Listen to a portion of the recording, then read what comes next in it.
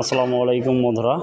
এই মুহূর্তে আমি আছি ঢাকা জেলার নবাবগঞ্জ থানার চোরাইন ইউনিয়নের চোরাইন বাজারে।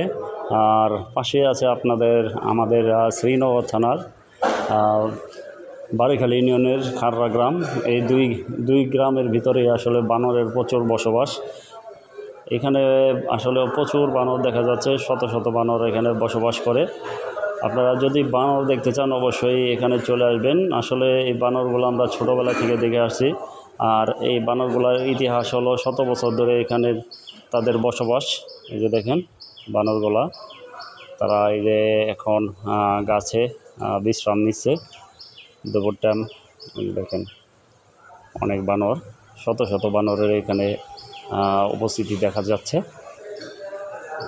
দেখেন গাছটাতে ছোট থেকে শুরু করে বড় সব ধরনের বানর এখানে। এই যে দেখেন বানরের বাচ্চাটা দেখা যাচ্ছে, তারা পাতা খাচ্ছে, খিদার জ্বালায় পাতা খাচ্ছে। এই যে দেখেন, এই যে একটা বানর দেখা যাচ্ছে, ছোট বানর, এটা বানরের বাচ্চা।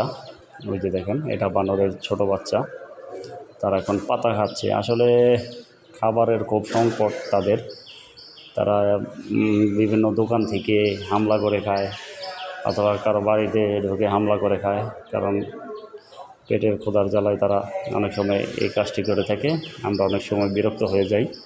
আসলে ক্ষুধার জ্বালায় খুব বড় জ্বালা। এই যে দেখেন।